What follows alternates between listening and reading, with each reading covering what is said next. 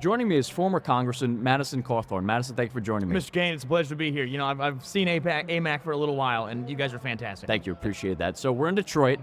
There's a shift happening in these blue cities across the country where they're rejecting this radical left agenda and they're shifting more to the right. Tell us what you're seeing out there. Well, you know, I mean, when I first got here, it's my first time in Motor City. You know, obviously it used to be a staple of American prosperity. You know, we had all the massive car manufacturers here. We were known for it.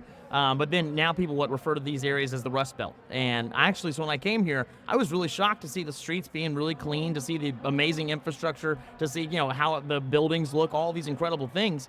But then as I'm rolling around, you know, I'm living in Florida, and when we roll around through there, everything is packed at all times. There are businesses just dying to be able to get actually an actual spot inside of a building to lease. But when you're rolling around through these big blue cities and you see things, it's not the case at all, especially with a place that, you know, is obviously trying to clean up their act, trying to make things a little better, less crime, more clean streets. The problem is that these liberal policies require so much taxes, require so much oversight, which requires so many ridiculous legislations and rules on business owners. Nobody wants to operate a business here. One, because it's not profitable, and two, you would just want to kill yourself with how ridiculous all the hoops you have to jump through are.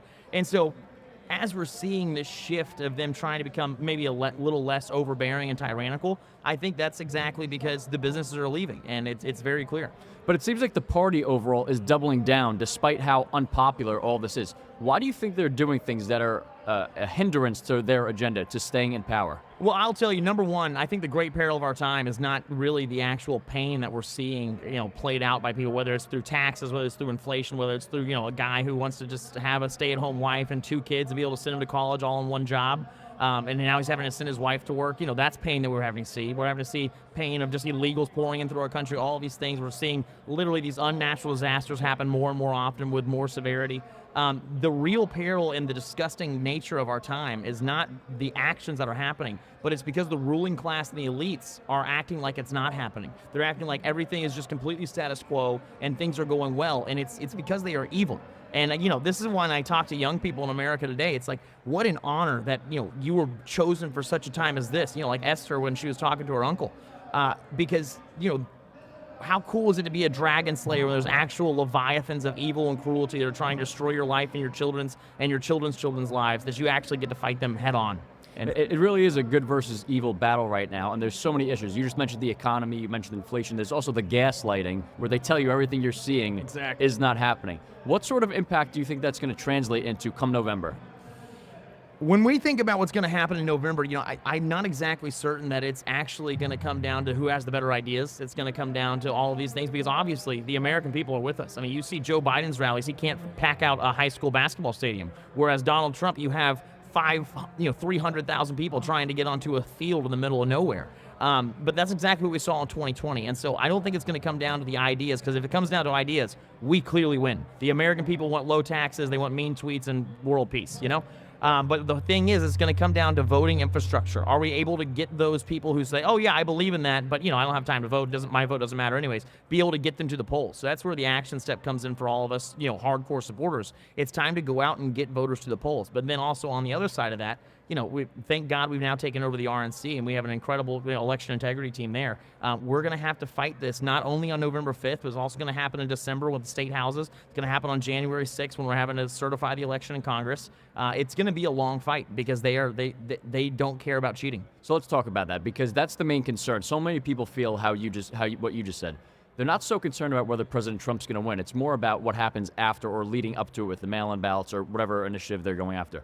Do you expect some crazy developments between now and then to sort of muddy the waters even more between now and the election? You know what, I do. I mean, I think we've seen it happen multiple times. You see they're trying to pander with this whole bird flu thing, but I think that's just a red herring.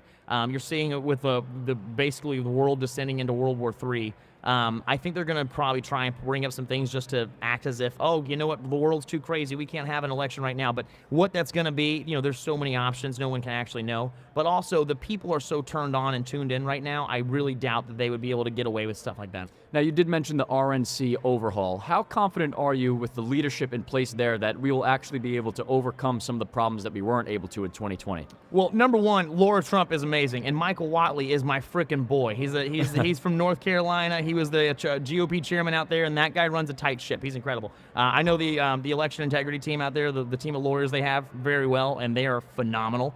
I think it's going to be handled pretty well. Obviously, there's still neocons in positions of power, but you know what? For the most part, this overhaul has been very well done. Trump has done a great job of making the party, more unified behind him. And now you see him going to Washington, D.C. on the Hill, talking to members of Congress, senators.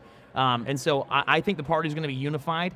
Now, again, are we going to be, able to stop whatever Machiavellian, charades the Democrats are going to play?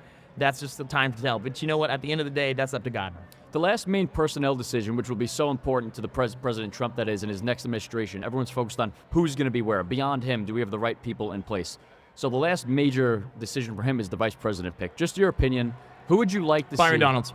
And why? Byron Donalds is the greatest politician in the field right now. Obviously, Donald Trump is, we can't even count that guy as a politician. Right. Yeah. He's something else. Byron Donalds is the most impressive human being I have ever met when it comes to politics. I mean, he really is just incredible. He's very smooth. He's a guy that's like, oh man, I want to be around this dude. He's just cool. And you know what? He's from Southwest Florida. The west coast of Florida is literally the backbone of the Republican Party. You got Anna Paulina Luna, you got Matt Gaetz, you got Greg Steube, and you got Byron Donalds. These people are all just badasses who are willing to fight. And I want that in as our vice president. Not only because I know that he would be able to fight. He's wise enough to be able to come up with wise strategies, but also Byron Donalds is going to pull out a lot of people that don't normally vote for us. And he can pontificate in ways that I can't, because I talk just like a Appalachian Southern boy. Whereas when he starts coming up with these ideas, things are like, wow, that's a really good way to put it. I never thought of it that way. And so, anyways, that would be my pick. Aside from him, I'd probably pick Vivek. Vivek, why is that? I love Vivek, man. That guy is willing to say in public what we all say in private, and that's what we need. I agree. Yeah. Madison, thanks so much for joining me. Thank you. Appreciate it. It's been a pleasure. See you, man. Thank you very much.